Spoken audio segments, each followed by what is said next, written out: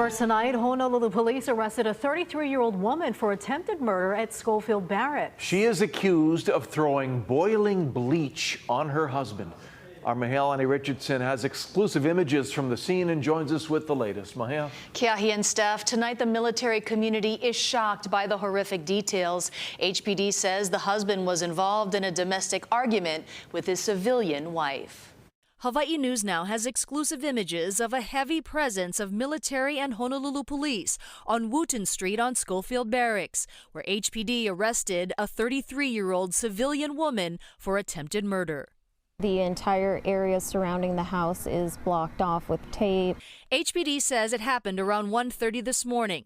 The victim, a 35-year-old man, was trying to leave the home as his wife allegedly threw boiling bleach onto him. Police say the victim fled to a nearby residence, where a witness helped him and contacted authorities. Medical personnel transported the man with severe burns to a nearby hospital. Chantel Rakowski-Villaferte is a military dependent and advocate. It's a combination of shock, a lack of understanding how it gets to this point, disbelief, looking at commands for what role they could have played in the prevention. That level of pain, that's unimaginable. Tressa Brady is the host of the Wounds That Do Not Heal podcast and has looked into several high-profile crimes on Hawaii's military bases.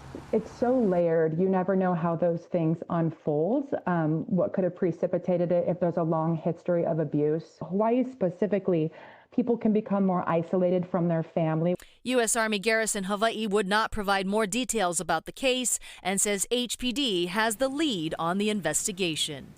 Now, Rakowski-Villaferte says she's concerned the violent incident happened so close to Solomon Elementary School. Tonight, the Army says there's no threat to the base. Mahealani Richardson, Hawaii News Now. Mahealani, thank you.